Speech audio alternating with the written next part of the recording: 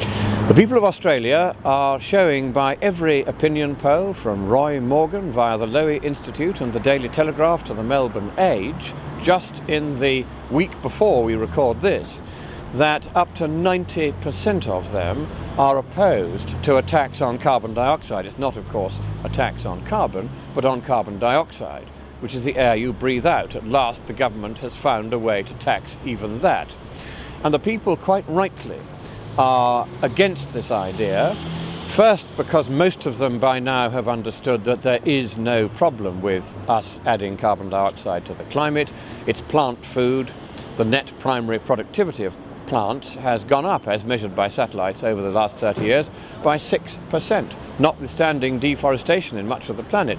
This means the planet is greening, and if you were green, you would want to green the planet still further.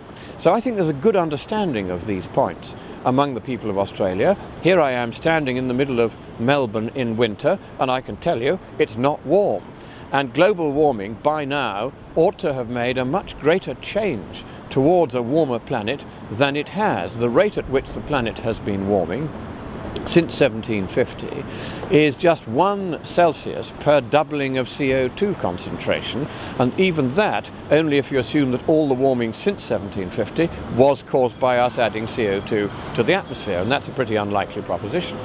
Or if you take the last 60 years, when we've had very good and accurate temperature measurements worldwide, once again the rate of warming is equivalent to just 1 Celsius per century, and of course we are expecting, roughly speaking, to double carbon dioxide over the next century, and once again that would imply 1 Celsius of warming, not the 3¼ Celsius predicted by the UN's climate panel on the basis of today's emissions, still less the 5.1 Celsius in the next 90 years, which your government in Australia predicts.